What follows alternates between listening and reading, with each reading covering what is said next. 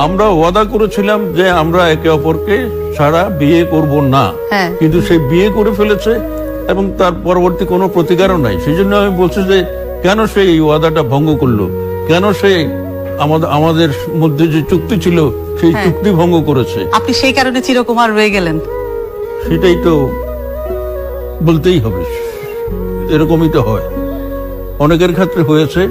যাযাবর তার দৃষ্টিপাতে লিখেছে পুরুষেরা অনেক মেয়ের সঙ্গে প্রেম করে আজীবন অবিবাহিত রয়েছে, কিন্তু কোনো মেয়ে প্রেম করে কোনোদিন প্রেম ভঙ্গ হলে অবিবাহিত থাকে নাই, তারা আরেকটাকে বিয়ে করে ফেলেছে। মেয়েরা অন্য একজনকে বিয়ে করে ফেলে, কিন্তু পুরুষদের অনেকে অবিবাহিত থাকে। আমি সেই পুরুষ যে প্রেম করে প্রেম ভঙ্গ হয়ে যাওয়ার পরে অবিবাহিত রয়ে গেল।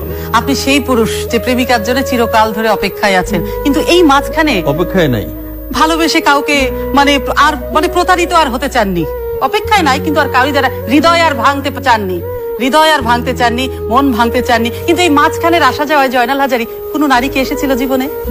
না। আসতে চেয়েছে, তাকে আপনি প্রশ্রয় দেননি? না, আমি আর নারী নিয়ে, আমি আর বিয়ে শাদী নিয়ে সিরিয়াসলি কখনো কোনো চিন্তাই করি নাই।